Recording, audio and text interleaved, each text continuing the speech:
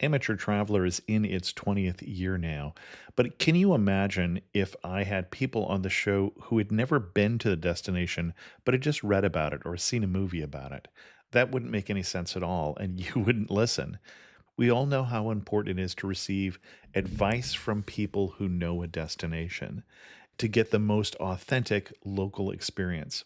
And a great option for experiencing this is Explore Worldwide and their authentic small group adventures, led by local tour leaders, perfect for solo travelers who want to meet like minded people with a desire for adventure. I'm often an independent traveler, but two of my last three trips were with small group tours because they organize everything and it's a lot easier. If you want to recreate the tour I did to Malta, they have a Malta and Gozo Discovery Tour. I'm intrigued by one of their tours called A Taste of Sicily. The company again is Explore Worldwide, and visit exploreworldwide.com to learn more. And thanks to Explore Worldwide for sponsoring this episode of Amateur Traveler. The nights are long, the days are short, and the weather is chilly to downright cold, depending on where you are. It's a good time to slip into a Quince iconic Mongolian cashmere sweaters, which start at only $50. You can treat yourself to everyday luxury at an affordable price with Quince. If you really want to dive into luxury, you can check out their leather handbags, washable silk shirts, and European linen sheet sets. Whatever you're looking for at Quince, all the prices are 50 to 80% less than similar brands, and they do that by partnering directly with top factories and cutting out the middleman. They only work with factories that use safe, ethical, and responsible manufacturing processes. And of course, they use premium fabrics and finishes for that luxury feel in every piece. But you've already heard me rave about my Quince travel pants. Treat yourself this winter without the luxury price tag. Go to quince.com/traveler for 365-day returns plus free shipping on your order. That's QUINCE.com/traveler to get free shipping and 365-day returns.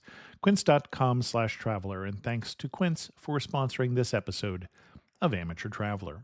I got my bags packed, I'm on a roll. I'm heading out there and I'm ready to go. I'm looking real good in my passport photo. Oh, no. Amateur Traveler, episode 801.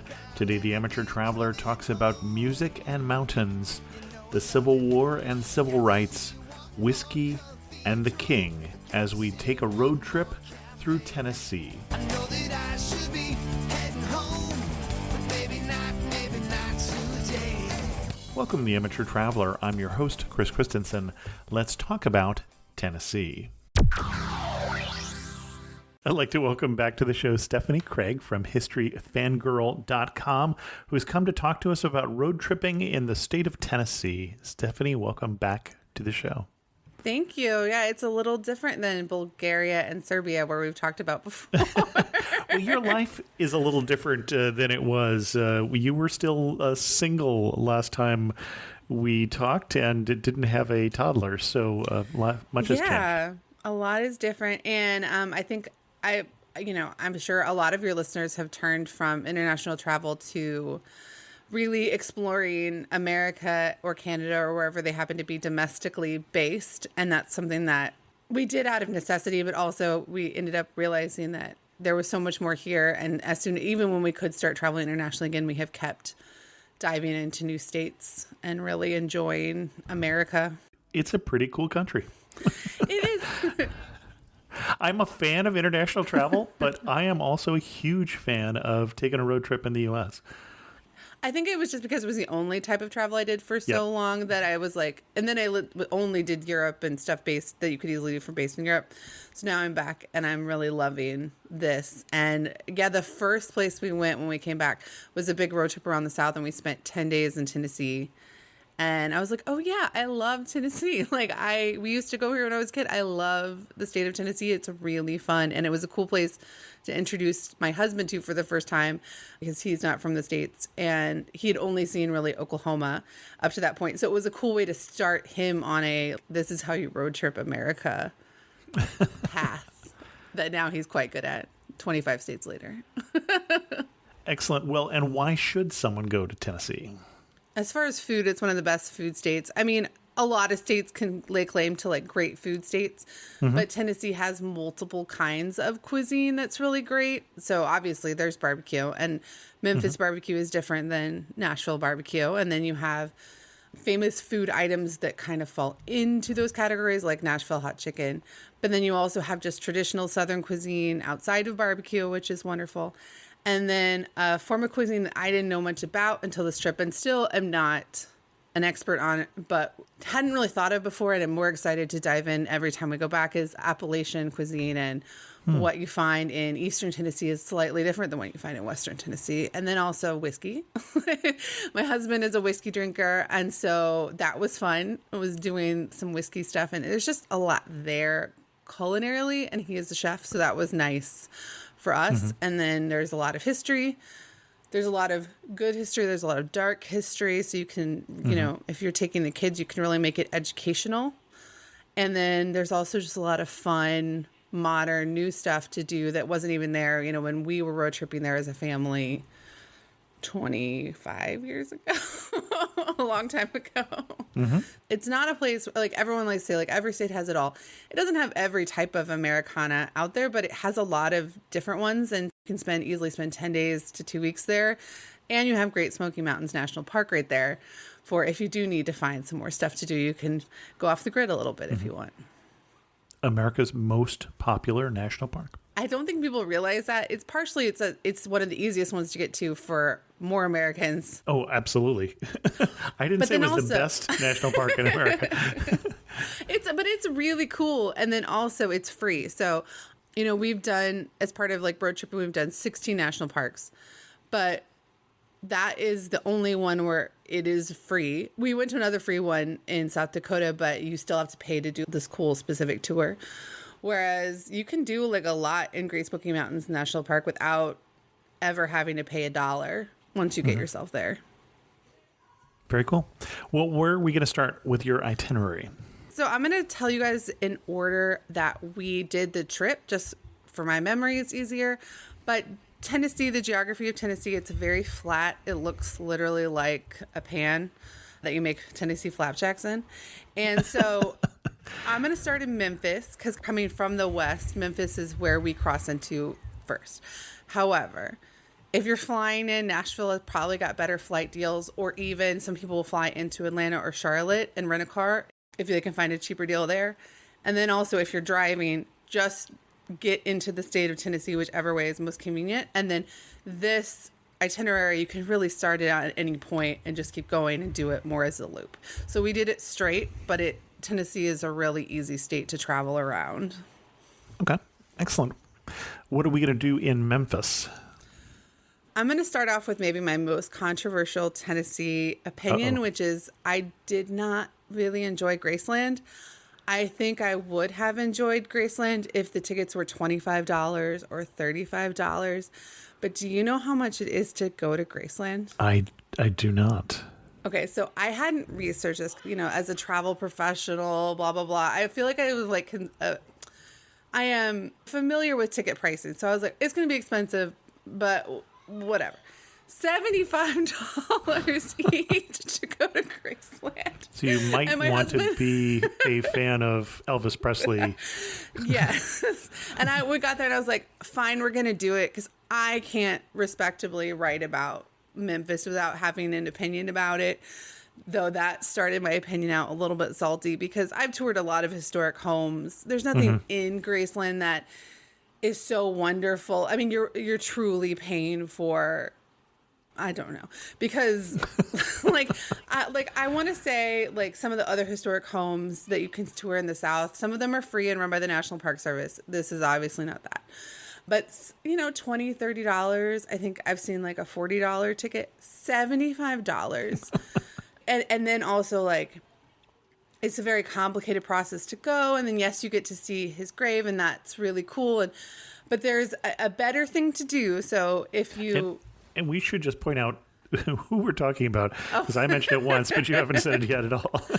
Okay, so Graceland is the home of Elvis Presley. It is a Yeah. home that he bought when he was younger. And so he really did live there on and off throughout most of his fame. He bought it with some of his earlier money.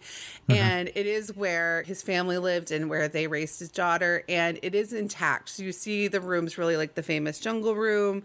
And he is buried there. There's a few graves there. I can't remember exactly who they are, but he's like the one in the center.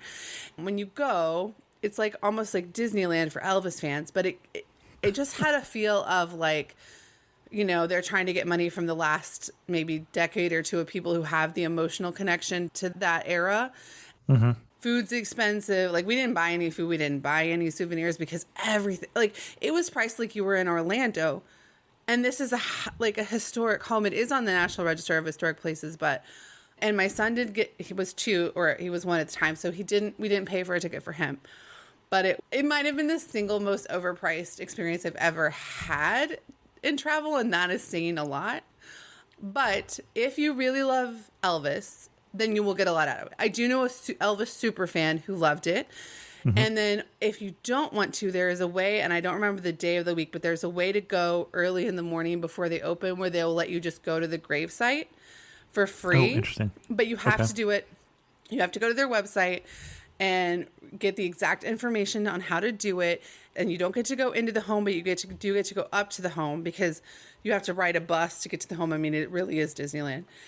And this is the best way to do it if you want to pay your respects to Elvis, if you really like him, and if you want to see a little bit of it without committing like maybe your entire activity budget for the weekend to going to see Graceland.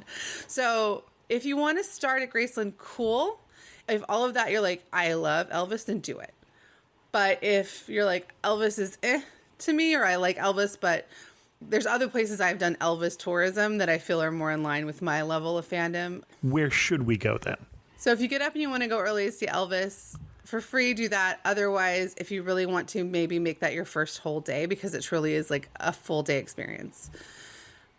If not, I would next make sure to get the time of the Peabody Hotel so the Peabody Hotel is this historic hotel downtown, and twice a day they march ducks from the roof to the fountain and back. And the fountain is in the lobby of the hotel. Lobby. Inside. Like, there's a whole ceremony that goes with it. Yep. If you're staying at the Peabody, you get to do it for free. I think onlookers don't pay. I can't remember, but if you're traveling with kids, it is a really cool experience. And when I was younger, my brother's friend's dad was one of the people that ran that hotel.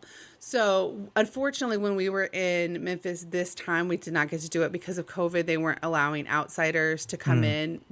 But it is a bucket list Memphis item, especially if you're traveling with family. And the next time I am in Memphis, it is like number 1 on my list. And they do it twice a day. So you need to know on that day, like, what time you're going to be there. And if you want to do the morning one, I believe it's around 11 a.m., but double check the website.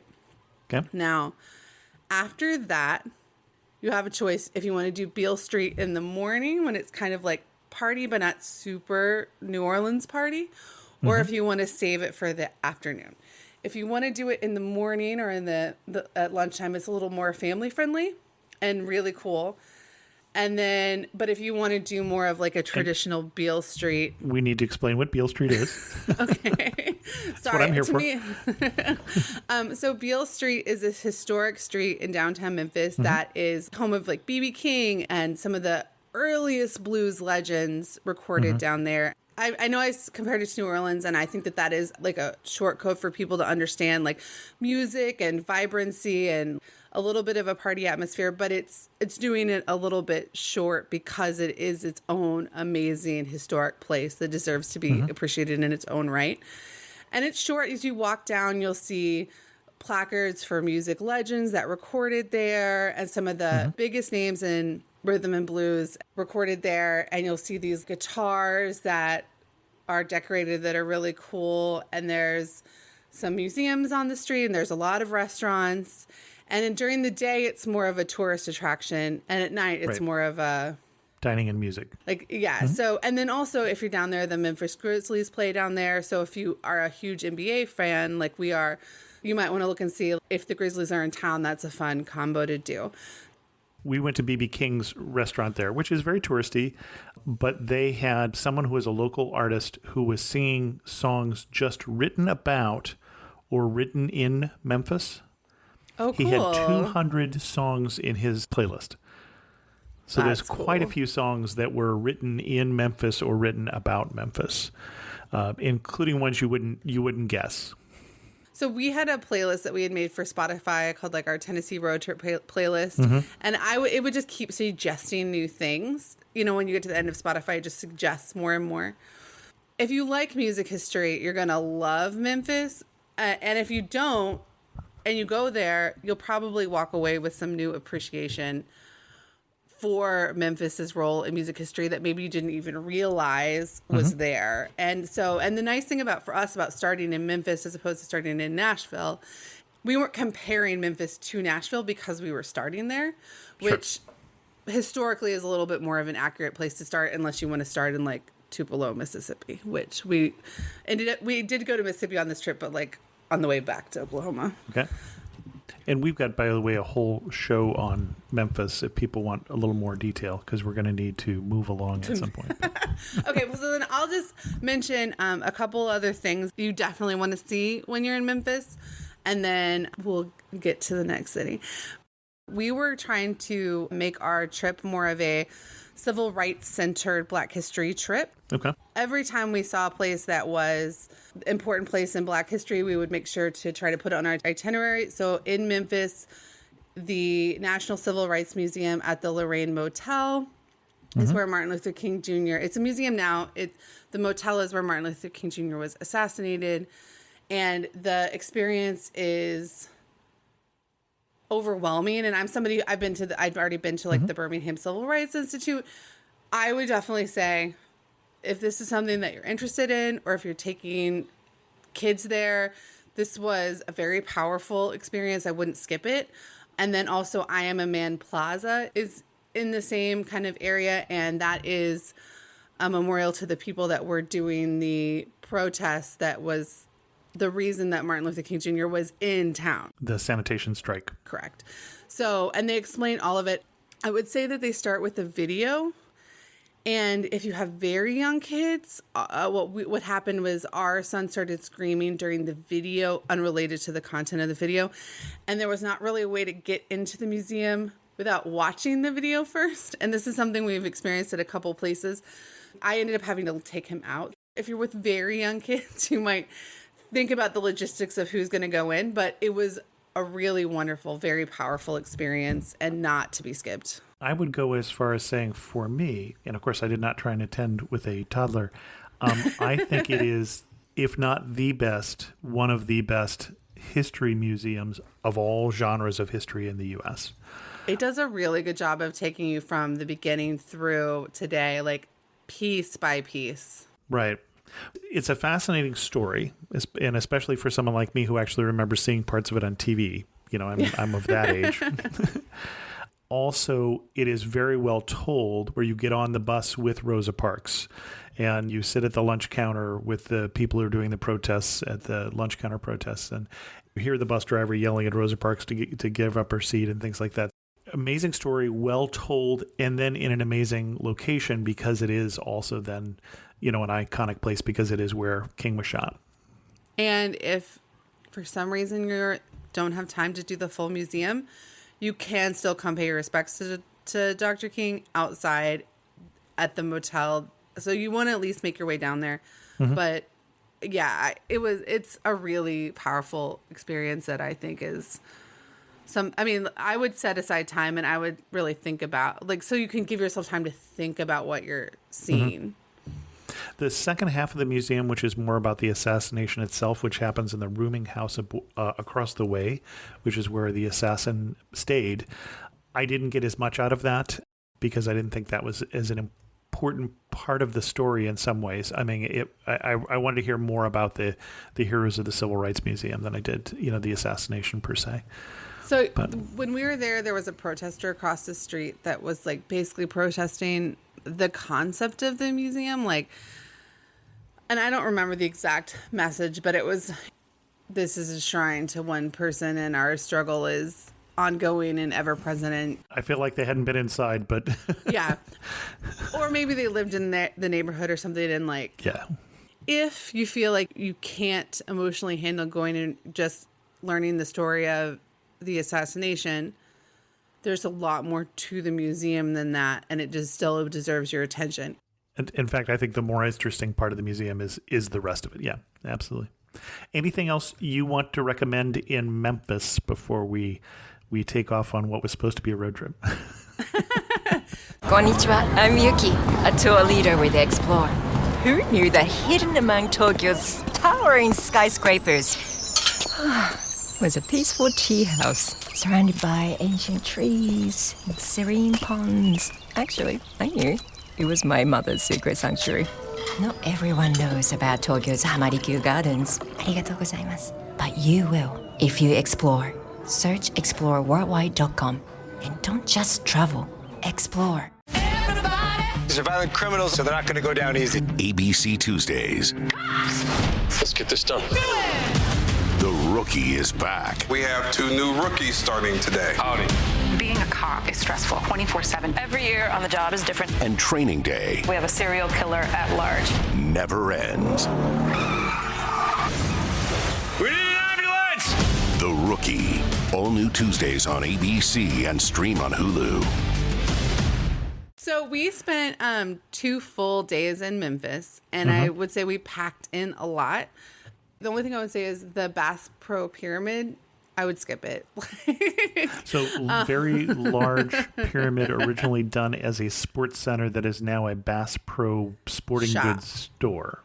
Yeah. And also the bridge that we came in on with crossing the Mississippi River was like condemned a couple days later for having a giant crack in it. So that whole area where we saw it from, that was a cool view of the pyramid. It's something like the 7th largest pyramid in the world or something crazy. Yep. I still think it's worth it to see it from the outside because it's kitschy, but I wouldn't like dedicate time to going into it because it Okay. literally is a shop, like a fishing store. We did another museum there, which I really enjoyed, or at least half of which, the Rock and Soul Museum. Yeah, we skipped that. So I really enjoyed that, especially if you're interested in the roots of early rock and roll. That first half of the museum, which is about rock, is more about Elvis and the other people who were coming out of the Delta blues, turning into early rock and roll. And there's a lot of music that you can play as you're walking around this museum to hear about this segment of things. I thought it was a very well done museum. It's a Smithsonian affiliated museum. The soul part, I think, would be equally good if you liked soul. And I like it okay, but I don't know it as well. So, for me, the rock part was more interesting. It's sort of 2 museums in one. And then we also did, and I don't think you can do it right now during COVID, the tour of the Gibson Guitar Factory in town. I don't think that was even something that was open while we were there, so maybe not. Yeah, I think that closed with COVID, and I hopefully it will reopen. And then there are 2 other studio tours that we talked about in the other episode. We did not do either of those, but if you're interested in deep dive into the music, you could spend more than 2 days there even. So, totally. Yep. So the Sun Studio, we went there, but their tours are like, I think, ages 5 and up. We physically wanted to go see it, but we could not do the tour. Like, it was fun for us, but I wouldn't suggest doing that if you're traveling with young kids. But if you're not traveling with young kids, that tour looked really cool, like enough for me to want to at least go see the building. But I don't have any information about what happens on the other side of the tour wall. Where are we going to after Memphis? All right, so Shiloh National Military Park. Okay. So the next thing we did was we drove to Nashville, but on the way we didn't take the most common route to Nashville. Instead, we did 2 things on that driving day, which you could honestly, if you had 2 weeks, you could break each of these up into their own day. But we stopped at Shiloh National Military Park, which is both where the Battle of Shiloh happened. You can learn all about it. We drove. So this is a Civil War battle for those who are not history buffs. Yes. Yes. Okay. And Shiloh, yeah. Yeah, so it's a Civil War battlefield. It was a Union victory in Western Tennessee. We're still in Western Tennessee. And it happened over the course of a few days, and you can, for free, some military parks charge, but this one does not. It's overseen by the National Park Service. We skipped the visitor center, I think because of COVID. We drove the route, and you can either drive and get out and read the signs and things, or if you've never been to a former Civil War battlefield, like I've been to Gettysburg and Vicksburg as well, they're kind of all similar in the way that the NPS has interpreted them and the way that they are covered in memorials to different groups that fell and fought in different places. That would probably be the correct military term. We spent an hour driving, and honestly, you could spend, if you're a Civil War history buff, you could spend an entire day or two there. But for us, it was a great way to get in and see a little bit of Civil War history other than what we saw in Nashville without committing like to staying nearby or anything. In the same area, you can go down to Lynchburg, which is where Jack Daniels is headquartered. We split then, and my husband did a Jack Daniels tour. If you like whiskey, he loved it. I'm not a whiskey person, but we did a lot of whiskey tourism for him because this was his like welcome to American road tripping tour. The tours are a little expensive, and you have to book them on their website. You can't book them through like Viator or something. Okay. There's different versions of the tour. And something you need to know, you can't just go to Lynchburg and decide, like, I'm going to go to Lynchburg, Tennessee and have a drink in honor of Jack Daniels, but skip the tour because you probably know this, but it's a dry county.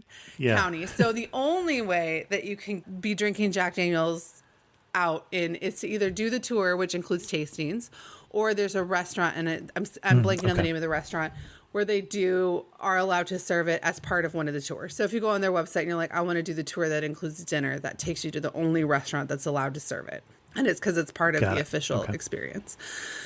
He went and did the tour, and I went and explored Lynchburg, which is a really cute town. And if you want to spend more time in the area, I could have easily done a full day just there too, but you got to make choices when you're on a road trip.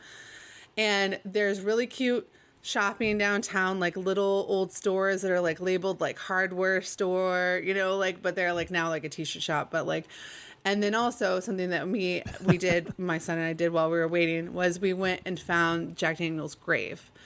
It's not super hard to find, but it's not one of those things that I found advertised on most of the lists of like what to do in Lynchburg. I found it, you know, the American Roadside website that lists like every monument. Yeah. That's where we found it. I literally was able to like drive the car right up, which was great because it was raining. It was like pouring.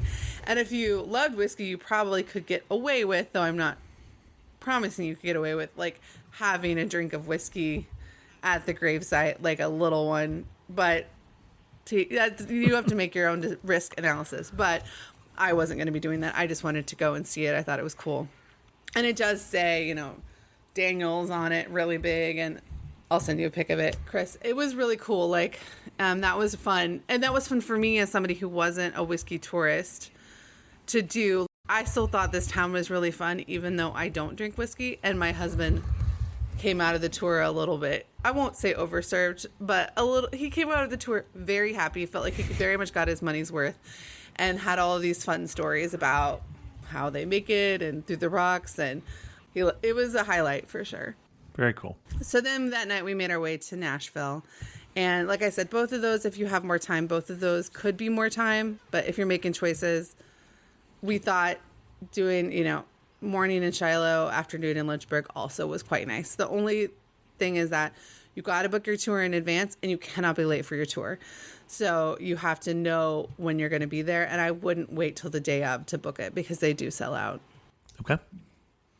And then Nashville. They do some music in Nashville also, as I understand. They do a little bit. We didn't do as much music tourism, partially because I've done Nashville a lot. Nashville is not a hidden gem of America.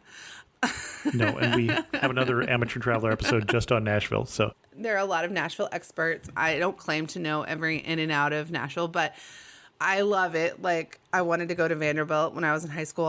They didn't give me enough money to make it financially possible to go to Vanderbilt, but I mean, I have loved Nashville for quite some time. And a couple things that we did on this trip that I hadn't done before that I walked away just loving. One is the Loveless Cafe. So the Loveless Cafe is one of those like cute old roadside motel and restaurants that served people road tripping around before even the interstate. Okay. So it's on this like little highway, but it is easier to get to if you have a car. And they are very famous. It's a National Historic Site. If I see a restaurant has good food and is also a National Historic Site, I'm probably there. The food was really inexpensive. Nashville's a place where like they take their restaurants really seriously, and food can get kind of expensive. And for like $26, both of us had giant plates of some of their most popular dishes. If you eat inside, it's really cute, and it definitely gives the feel of what you would be doing if you were road tripping in some magical past that wasn't filled with, you know, all of the reality of the past. But it was really lovely. And if you want to eat outside, which it was COVID, obviously, so that was a big benefit to us. That yard is super cute, and then you get to eat with a view of the motel and the restaurant, which I really enjoyed because you kind of feel like then you're in a park setting, and it was really lovely. They're kind of famous for their breakfast food, so they do serve it a little bit later. Their biscuits and jam are very popular too, and I believe you can buy the jam if you're looking for a cool souvenir. Nashville has a lot of museums and other places that feel like museums, like Ryman Auditorium, and the Country Music Hall of Fame is there, and the Grand Ole Opry. We went down to look at the Opry, but chose not to do any of the tours or the shows. But I got enough of a taste to know, like, next time we go back, I want to do a show. I think that was one of my regrets from Nashville, is that we didn't, well, partially we spent too much time in Memphis, so we truncated our time in Nashville because our trip was half as long as yours. But we didn't plan far enough advance to be able to do some of the music opportunities that you really needed a ticket for. We took in a show, so it was good, but there's so much you could do if you planned a little further ahead. You could spend a week in Nashville and not leave. Like, honestly, like Right. when we were picking out what we were going to do for our 2 days, it was like, okay, well, here are 4 museums. Which one are we going to do? So we ended up having to skip the First Art Museum, and we had to skip the Country Music Hall of Fame. But what we did end up doing was the Tennessee State Museum. And part of why we chose that is we made some decisions in Nashville based on things that had happened in Memphis that maybe weren't right for Nashville, that I kind of regret. Like, we were kind of scarred from having a toddler screaming in the Civil Rights Museum. So then we went to the Free Museum thinking if we have to leave early, it's not going to be a problem. And the Tennessee State Museum is fantastic, and it is free, and it was really interesting. It goes through the history of the state of Tennessee. It starts in like geologic history and goes through like today. It was really good. But I wish we had also done like the First Art Museum or done like the Country Music Hall of Fame, something else too. But we were just a little scarred. And then we didn't want to pay for stuff at the Grand Ole Opry because we were like, well, Graceland felt a little overpriced. And I think that was wrong too. But also, I think I want to go back when our family is a little bit older and we can all appreciate some of that stuff more together. It's one of those places where you could end up in museums the whole time. And I never really suggest people do that. So in a city where you have like 4 museums you want to see, maybe pick 1 or 2 of the ones that speak the most to you, but they're all first class. And then one place that I think it's kind of overlooked is the park in front of the Capitol. It's one of the most beautiful settings for a state Capitol building I've seen. It's this glorious green park. There's like a farmer's market and memorial, and then you have this just like football field size, maybe even 2 football fields, like just with the Capitol building like rising up above it. It's gorgeous. And even if you don't spend a lot of time there, at least go walk around there for 20 minutes. We saw it from the car, and then later we walked from our hotel to spend some time down there because it was just inspired us to be down there. And we were also there in May, so it was like a beautiful time to be there. Okay, so there's a couple of Black history things that we wanted to include that we either went and drove down, but we wish we would have delved into a little bit deeper, or unfortunately one of the things we wanted to do is now closed, and I just want to mention it because I still think it's worth going outside. But the Woolworths Cafe where the sit-ins happened, it had been redone as a place where you could go eat at the counter and have a more experiential history experience. And unfortunately, due to COVID, it was one of the sad things that didn't make it. Just mentioning that because you can still go down and see it from the outside. We did drive by it even though we couldn't eat in it. One of the ways that we planned what African American history sites we were going to try to include on our trip was that I bought a copy of the U.S. Civil Rights Trail by Moon, which covered so many, not every place that we went, but so many of the places that we went. And it really pointed us to things we never would have found on our own. And so there were some places in Nashville that are not on the tourist trail. They're not hidden. People there know them, but maybe they don't make like a top 25 list of things to do. And so we were pulling this out and just going to little history markers. And that's part of why we ended up at the Tennessee State Museum, is because we knew some of the exhibits there were going to be good. So the Woolworths is the Woolworth on Fifth, if you're looking for it. Mm-hmm. So when we were using this book, one of the things that we came across was the historic Jefferson Street, which doesn't have a lot of businesses open now, but it has a lot of placards of things that happened in the past. Okay. Where you can get out and read the placard and see. And unfortunately, which is true of a lot of places in America, is they built the interstate in a way that kind of destroyed the livelihood of some of the businesses there. So I'm guessing this was a historic black neighborhood because that's where they tended to build a lot of the interstates? Yeah. Okay. Yeah, so when we were looking for historic districts and other things to do that were part of like important Black history in Nashville, because part of why we bought this book to help us with this trip is we didn't want to end up doing only Civil War Black history, and we didn't want to end up getting stuck with only things that I already knew about, because I'm not an expert enough in the subject to make all my own decisions. So this guide really helped. And one thing I didn't get to do in Nashville that I really wanted to do was a walking ghost tour. That's something that kind of cropped up in the last few years that I love, that we did end up doing later in Tennessee. But that is another option of something to do there. And then we did end up doing a double-decker bus tour, which I don't normally do, but was really fun in Nashville. It was like an hour.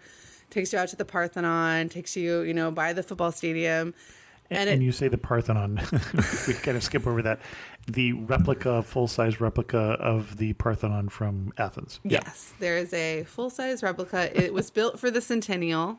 Mm-hmm. It is a museum you can go into. I think the tickets are like something around $10. It's not crazy expensive to go. I've been in the past and I really like it. And you get the experience of what the Parthenon would have been like, because it has got the big statue and it's colored in more of the way that people think that the Parthenon in Greece would have been colored, but we didn't do that on this trip. We just did the tour that drove by, and that was really fun too. So you have an option of if you want to go or if you want to see it from the top of a bus.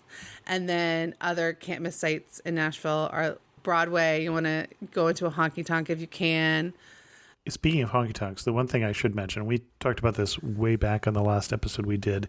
If you're interested in one particular honky tonk that I have connections to, but we weren't able to go because it was closed the one day we were in Nashville, and that would be the Big Bang Piano Bar. I think it's just the Big Bang Bar now. And the reason I bring that one up is one of the regular performers there is Jeff Smith. And Jeff Smith wrote the theme song for Amateur Traveler. Oh, that's really cool. One thing I will say if you're road tripping to Nashville is that you really want to pay attention to where your hotel is. Mm-hmm. So we stayed downtown. It was like one of the only places where I really did look for like a hotel that would comp us, because Nashville hotels can be a little bit pricey if you're downtown. Mm-hmm. And then you're going to want to look and see if you're traveling on a budget, is there an extra fee for parking at your downtown hotels? Because if you haven't done a lot of road trips to cities, that's a fee that sometimes can sneak up on you. Can add $150 to your trip if you're there for 3 or 4 days. So just something to look out for. Excellent. Anything else you wanted to mention in Nashville before we push on? Ever on. So when we got there, we parked and we did a lot of walking. There are places that you definitely want to drive to, but if you feel like you don't want to be in the car the whole time, it's a nice place to get out and see on foot. There's a lot you can do if you're staying downtown from your hotel, and that was really nice. Okay. And then you had mentioned the art museum you wanted to get to. I assume that was the Frist Art Museum? Yeah, it was the Frist. Got it. We saw it from the outside. We just didn't get to go in, but I will next time. Okay. This episode is brought to you by Shopify. Upgrade your business with Shopify, home of the #1 checkout on the planet. Shop Pay boosts conversions up to 50%, meaning fewer carts going abandoned and more sales going cha-ching. So if you're into growing your business, get a commerce platform that's ready to sell wherever your customers are. Visit Shopify.com to upgrade your selling today. Are we ready to move on from Nashville? Yes. So I have 3 more places to talk about. And then there's a few more places that people can visit in Tennessee that are worth it too if you have more time than this. So the other thing we did just outside of Nashville, and I wasn't sure if you were going to mention it or not, is the opposite of the Black History tour, which is Andrew Jackson's home. So actually in my Nashville travel tips guide, I did say like it exists, and I probably will at some point maybe go, depending on how deep into the national parks list I get. I enjoyed it. I'm not a big Andrew Jackson fan of him as a president or him as a person, you know, slaveholder and a bit of a character, Trail of Tears, to say the least. Doer. But they did a pretty good job of doing a warts and all portrait of Andrew Jackson. It wasn't St. Andrew sort of thing, but fascinating place to stop. I will say that I will probably see it eventually. I did make the decision that this is not the history I want to do on this trip. And I said it wasn't Black history, but of course it is Black history because part of the history that they do talk about there is the history of the slaves who lived on the plantation. And I do want to say, like, part of what inspired me to do this as a theme for our trip was having done a similar trip in Birmingham where the tourism board put together the itinerary and realizing how much as a white traveler, I don't even know where to go or what to look for. And so that's why, like, using this U.S. Civil Rights Trail moon guide and also deciding at the beginning that that's what we were looking for was really helpful, because I think if you just look for like a top 10 things to do in a city, you're not going to get some of the stuff that you could get if you went and looked for it. Well, especially as a history buff, I mean, it is, again, a dark portion of U.S. history, at least the things that necessitated the civil rights movement. But on the other hand, I think some of the civil rights movement itself is a inspiring history. And I've done the same thing in Alabama, in Montgomery and, you know, Selma and that kind of area. Well, and shout out to, this is a strange podcast, but shout out to the Alabama Tourism Board for understanding that that is something that they should be highlighting in a way that is accessible to everyone. And then us being able to take those lessons and go doing them in similar places without a guide or with digital guides. You and I, being two of the whitest people on the planet, really are saying that Black history is not just for Black people, that this is American history, and this is an important part of American history. Excellent. You skipped Andrew Jackson's home and you went where? We went to Knoxville, which is not a place that gets put on everybody's Tennessee itinerary, but I really liked it. So basically what we did is we stayed in Knoxville, which is where the University of Tennessee is based. And we did 1 day in Knoxville, and then we did a 1 day trip to Gatlinburg. But both of those places could be 2 or 3 days in their own right. Gatlinburg is where we visited Great Smoky Mountains National Park from, and that could also be a separate 3 days. Like, you're just at this point just saying which part of this amazing state with all of this great stuff, like, where is our time going? You could spend a month. There is so much there. It's really incredible. And I didn't realize that. I don't think I appreciated that until this trip when I started digging into, okay, well, how do you only see Knoxville in 1 day, and how do you only do Gatlinburg in 1 day? Well, and if you only do Gatlinburg in 1 day, you're going to have to choose Great Smoky Mountain National Park or Dollywood. Exactly. You can't do both. We skipped Dollywood, but again, if you had 2 or 3 days there. So she's from Sevierville. Dollywood is in, I'm blanking on the name of the town. It starts with a P. Pigeon Forge. Pigeon Forge, yeah. You could easily spend a week there. And then the Pigeon Forge has the Titanic Museum. And I honestly thought, like, I'm not going to a Titanic museum in Tennessee. I went to the Titanic Museum in Belfast. I kind of regret it. Honestly, like, I heard from somebody else, it was really cool, and they did a lot of the science, and I kind of regret not going. So there is a lot in this area. It is a very touristed area because you have so many people who are going to the national park that there are now a number of things around it. And then, of course, you're also very close then to Asheville on the other side into Carolina, which we've done another show on. It is absolutely where the trip as well. So, yeah, quite a lot to do in that eastern portion of Tennessee, as well as a very beautiful national park. Exactly. Knoxville is not an unknown place. The University of Tennessee is huge, and it is a very famous city. But of the places in Tennessee people go to vacation, it is not as popular as Nashville or Gatlinburg or Memphis. So I felt like we weren't getting off the path. We were having a slightly less overwhelmingly touristic day exploring it. We did do a driving tour. The city has a Black History driving tour that we did do, and there isn't as much there as other cities, but there's more there than you might expect. And there is a giant statue of Alex Haley in Haley Heritage Square because he lived there, and Roots is one of the most famous works from that time period. So there's a lot to do there beyond the university. And if you were into university sports, you can always try to find a basketball game or a football game or something going on too. We did enjoy driving around the University of Tennessee. Anything else you wanted to suggest in Knoxville? So in Knoxville, something that we didn't get to do because of COVID, but should be on everybody's list is World's Fair Park. If you've seen like a stock image of Knoxville, it probably has like a gold dome. And we were able to go see it from the outside, but we couldn't go up in it because it was closed for COVID. But that was high on my Tennessee bucket list, and I didn't get to do it, but I know I will be back someday. And then also the downtown area of Knoxville around like the Tennessee Theater, and there's just like some cool restaurants and squares, and it just had a really nice atmosphere of this stuff is here for the students and for the people that live here, and it's not here for the tourists. That was really nice and refreshing after doing a lot of touristy things back to back to back. And then going to Gatlinburg is the opposite of that. In Gatlinburg, we dipped our toe into Great Smoky Mountain National Park on the Roaring Fork Motor Nature Trail, which is like a scenic loop. We did see a black bear from the car. I do feel like we got not our money's worth because, again, the park is free.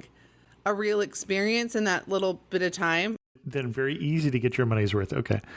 Yeah. I did a ghost tour in Gatlinburg at night that was really cool. If you've never done a ghost tour, these are kind of a newer, I'm sure you have, Chris, but for your audience, these are kind of a newer phenomenon. I have not. They're cool. They're cool. Okay, so here's the thing. If you're older than like 30 and you can't really handle going out all night, but you want to do something at night, you don't want to be in bed every night too early, this is a good compromise thing where you're like, I'm doing something that's kind of interesting and like spooky and dark, but it's not gonna leave me so that I can't get up and do my itinerary the next day. So this ghost tour, there's a company that does them in a lot of different cities, and they hire locals to research them. And then there's also independent ones. So wherever you go, I just have started looking up ghost tours wherever I'm going and seeing what's available. The one in Gatlinburg was really cool. So first of all, you're being led by a guy or a woman who's wearing like a black cape and like carrying a lantern, and you meet right before it gets dark. So it is dark by the end of your tour. In a place like Gatlinburg, where there weren't like a lot of well-known ghost stories, they have gone and researched some of the creepier ones to tell you. And you literally walk around and they have their lantern, and you stop and you hear about something crazy and spooky that happened in that building or in that river, or somebody fell off that building. And my husband doesn't love them. These are really more my thing. But if you like Halloween, or if you like, I don't even like scary movies, but they're just a new, interesting way to learn the history of a location. And you end up learning like a lot of like Civil War history, or even earlier, because a lot of the darker things that have happened in a place that are documented tend to be those, as opposed to like something that happened super recently. We visited a cemetery where like Dolly Parton's ancestors were buried. It was just a really cool way to see Gatlinburg from a different angle, but still doing something touristy and fun that felt like vacation. Okay. And then something else you want to do in Gatlinburg is you want to eat flapjacks. It's famous in the area. They started doing pancakes for tourists, and they call them flapjacks mostly. And there are a lot of competing pancake houses there. There's one that says they were the oldest. There's the one that's in like a magazine. They're all over. They all kind of stop serving by like 4 p.m. So you want to do it earlier. It's not a dinner thing. Okay. And then also a lot of them sell like a box lunch you can take with you to the park if you haven't pre-planned a park meal. So that's what we did. We went and got pancakes, and we took sandwiches to the park. And that was really fun. But they're also like, Gatlinburg is a little bit overpriced, and it can feel a little overwhelmingly touristy. Some people have called it like Appalachian Disneyland.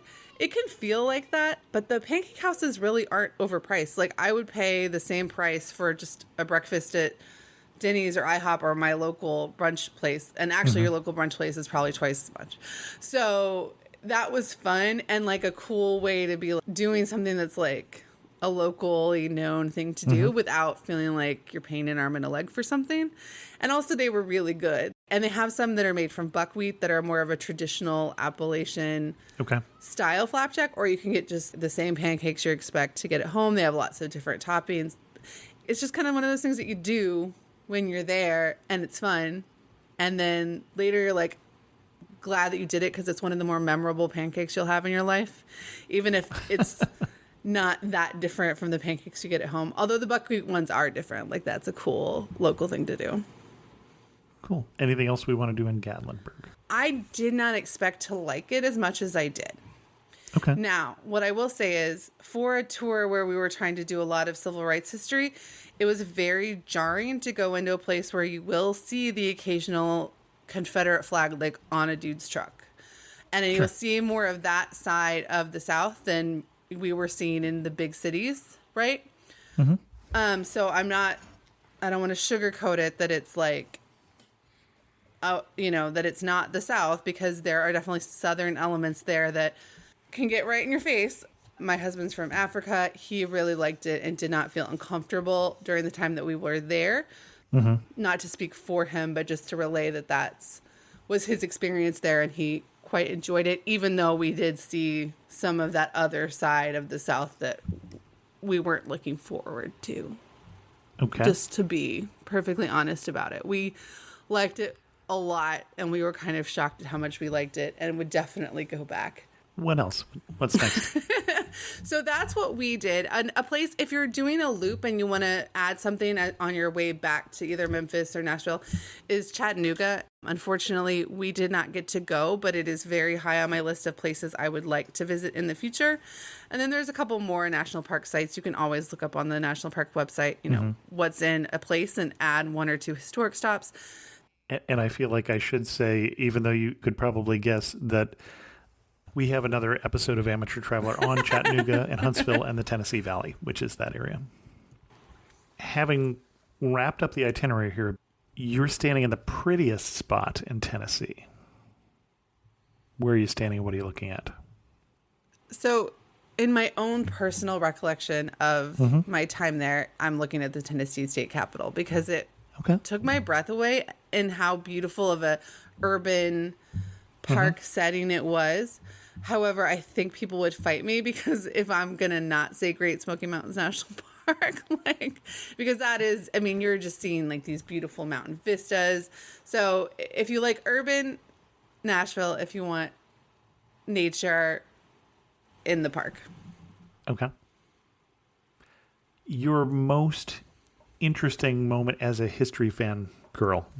Shiloh, because I had already done Gettysburg before, like a while ago, because I lived in Pennsylvania, and I had more of an idea of what happened at Gettysburg. And I am a person who I usually take in war history from like a political, like I'm interested in the politics of it. I don't usually like the battle. It was really interesting learning about how that battle unfolded, and the Confederacy thought that they had won it, and then the Union... Everybody thought that they had won it. And at the end of the first day, they had won it. Yeah. So I was much more interested in the history of the battle on the ground than I have ever been about a battle before. And so that was an interesting thing to kind of... And then I'm going to tie it with Tennessee State Museum, because I didn't know a lot about, the Tennessee Over-Mountain Men and what the state was like before the Civil War. So that was interesting. And also I didn't know much about what happened on the ground in Nashville and like what it was like for the Southern women to be living in occupied Nashville. Like, we tend to look at Civil War history a lot from what happened in Virginia and Georgia and Pennsylvania, and not as much like Tennessee. And then there's so much there that you really can be overwhelmed if, like me, you hadn't really thought about it before. Interesting. Down in the Chattanooga area has some very interesting Civil War history as well. That I have not been to yet either. So, well, on this trip, one of the last things we did was Vicksburg, and I felt like I knew a lot about Vicksburg. And then you're on the ground there, you're like, I don't know anything about. It's like you hear these names, and then you're like, oh, actually, how that happened is wildly different than what I remembered. Excellent. One thing that makes you laugh, and say only in Tennessee. Moon pies are from Tennessee. And so even though we didn't go to Chattanooga, where they actually are originally from, I've never eaten as many moon pies in my life. And then my dad is notoriously hard to buy Not everybody for. who's listening, we've got listeners who are outside the U.S., and I don't think that moon pies are a worldwide phenomenon yet. So you have to describe a moon pie. Okay, so a moon pie is like a marshmallow with like a cookie cake covered in chocolate, like a layer of chocolate. To me, they're as ubiquitous as Twinkies. You know, I grew up in a certain time and place, so my apologies if you've never gotten to have the delicacy that is a moon pie. But we bought a box. My son was obsessed with them, and then I bought like a fancy tin to give my dad because my dad is really hard to shop for. He's never liked anything I've ever gotten him. And he loved this moon pie. It was like 9 moon pies in like a decorative box. It was like the best gift I've ever given him, and it will never be topped. So in our family, at least, moon pies will always be something I think of from this trip. Funny. And if you had to summarize a Tennessee road trip in just 3 words, what 3 words would you pick? Music, mountains, and moon pies. I feel like you thought about that. I actually didn't, because I've been on the show before. I was like, and we were stuck last night. I was like, I'm not going to go back and listen to the questions. And so I'm glad I didn't either, because I think a lot of my answers were a lot more honest because I didn't prep them. Although it'll be harder for you to edit because of By the time people hear this, that'll have all happened. That's all the magic that happens in between now and when people listen to it that they don't have to worry about. Stephanie Craig, historyfangirl.com. If we wanted to send people there to your best post on Tennessee, where are we going to send them? So I have a guide to planning a trip to Nashville and a guide to planning a trip to Gatlinburg. I wrote them right afterwards. These are the best tips. These are the mistakes that we made. These are literally the hotels that we stayed at in case you want to stay or avoid them, depending on which city we're talking about. So those 2 are really good. Excellent. Well, Stephanie, thanks so much for coming back on, and congratulations for all the changes in your life since we talked to you last. You make travel a little harder, but it's nice other than that. It does indeed. It does indeed. It gets easier. And thanks for coming on Amateur Traveler and sharing with us your love for Tennessee. Thank you so much. Thanks to all of the patrons of the show who help support Amateur Traveler financially. I appreciate their support.